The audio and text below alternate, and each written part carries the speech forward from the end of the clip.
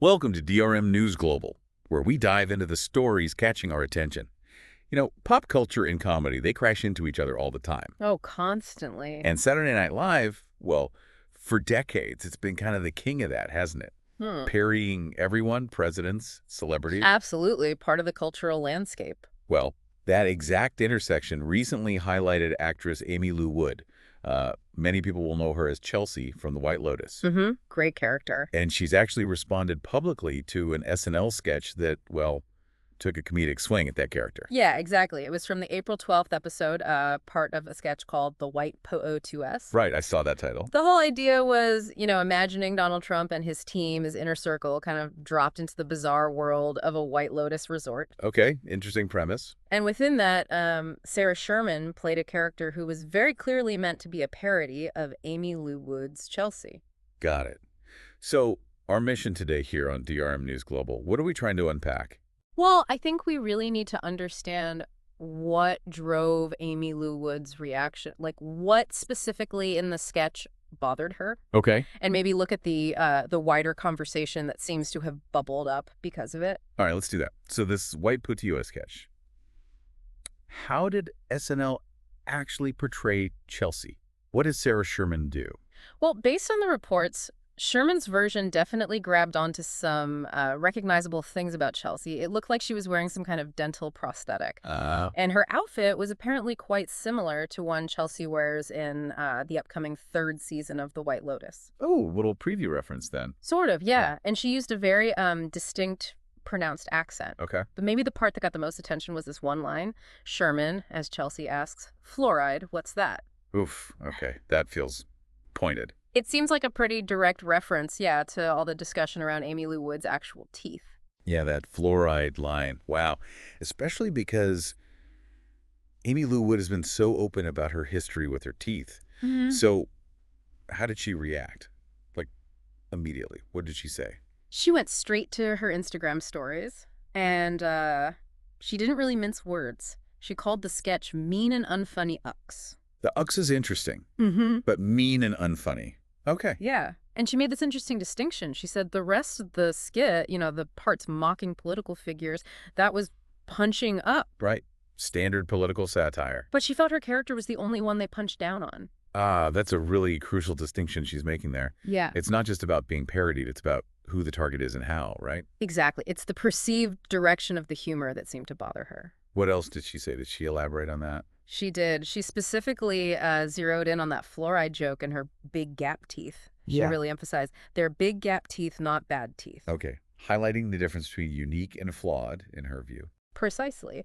And she also took issue with the accent in the sketch, saying it wasn't accurate. And she added something like, she respects accuracy even if a parody is mean. That's interesting. So even in critique, she wants some level of craft or accuracy. Seems so. And then she asked this question, basically, wasn't there a cleverer, more nuanced, less cheap way to do the parody? That really cuts to the heart of it, doesn't it? Yeah. Wanting satire to be smart, not just easy or, as she felt, mean-spirited about appearance. Yeah, less of a surface-level jab. Now, something else happened afterwards which feels pretty significant. Apparently, SNL actually contacted her. That's the report, yeah, which isn't something you hear about every day. Aimee Lou Wood mentioned she did receive apologies from SNL. Wow. Any details on what those apologies involve? No, the specifics haven't really come out publicly, but, the fact that they reached out at all suggests they likely acknowledged her feelings, her concerns in some capacity. Yeah, it definitely implies some internal discussion must have happened over there. Now, she didn't just share her own thoughts, right? Didn't she repost something from a fan? Yes, she did. She shared a message from a fan that she felt really nailed her perspective.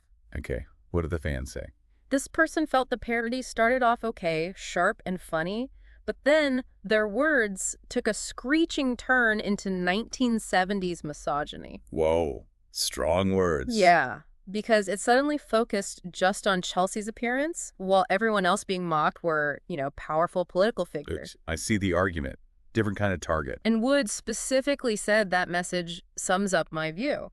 So it really highlights that feeling that the humor aimed at her felt, well, out of step, maybe inappropriate given the rest of the sketch. That 1970s misogyny line really lands. It suggests the humor felt dated, relying on, I guess, tropes about judging women on looks. Exactly. And this ties into what we know about Aimee Lou Wood personally, because she's been very, very open about her journey with her teeth, hasn't she? Yes, she has. Just back in March, she put up an Instagram video, I think, saying her mouth was always the thing that everyone pointed out, the thing that made me different growing up. Right, dealing with bullying over it. Yeah. And she talked about it again on the Jonathan Ross show not long after, mentioning the, quote, impact my teeth are having, and how, interestingly, the reaction in America has often been really positive. Oh, that's a nice twist. Yeah. So she's found acceptance, maybe even celebration for them now. It really sounds like it. She told the story about orthodontists online, analyzing her bite in videos. Oh, wow. Yeah, initially maybe finding fault, but then concluding they actually wouldn't change anything.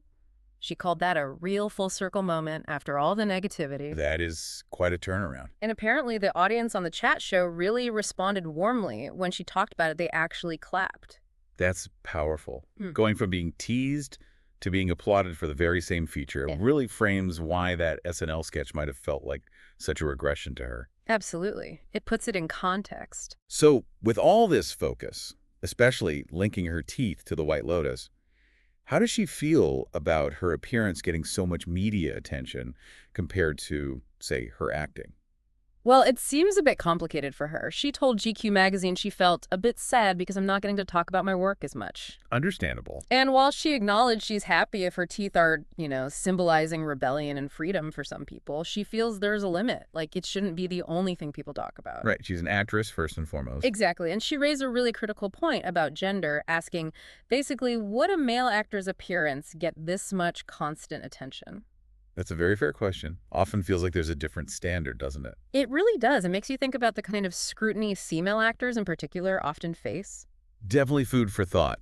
Now, was the support for her mostly just that one fan message she shared? Or was it broader? Oh, much broader. She mentioned getting thousands of messages online from people agreeing with her take on the SNL sketch. Thousands. Okay, so her feelings clearly struck a chord with a lot of viewers. Yeah, it wasn't just her feeling that way. It's just many people also felt that parody maybe crossed a line or just wasn't particularly funny in how it targeted her. And she was careful to say it wasn't about the performer, Sarah Sherman, personally, right? Yes, she made that clear. She said she was not hating on Sarah Sherman, but hating on the concept. So the issue was the writing, the idea behind the joke, not the actor delivering the lines. That seems to be her point. It's about the creative choice behind the parody. And just as a final note, the BBC reportedly contacted NBC, SNL's network, to get a response to her comments. Any word on what NBC said? Not that's been made public, as far as I know. The outcome of that inquiry isn't clear. Okay. So wrapping this up then, it seems Aimee Lou Wood found the SNL parody of Chelsea mean and unfunny. Mainly because it felt like it was punching down, focusing on her appearance, her teeth, her accent, rather than engaging in the kind of political satire the rest of the sketch was doing.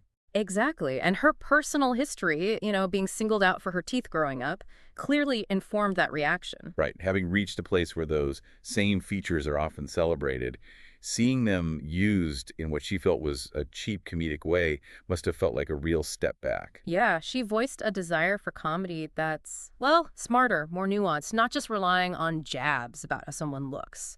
This whole thing really does raise some interesting questions, doesn't it? Especially now, with public figures being so visible, sharing so much online. Where is that line between sharp satire and something that just feels like personal mockery? It feels finer than ever sometimes. It does. And social media plays such a huge role now, both in amplifying the initial parody and in giving people like Aimee Lou Wood a direct way to respond, to share their side. Absolutely. It changes the dynamic completely. Her experience here with SNL, it really is a fascinating case study for us to think about here on DRM News Global. How these conversations play out in public now.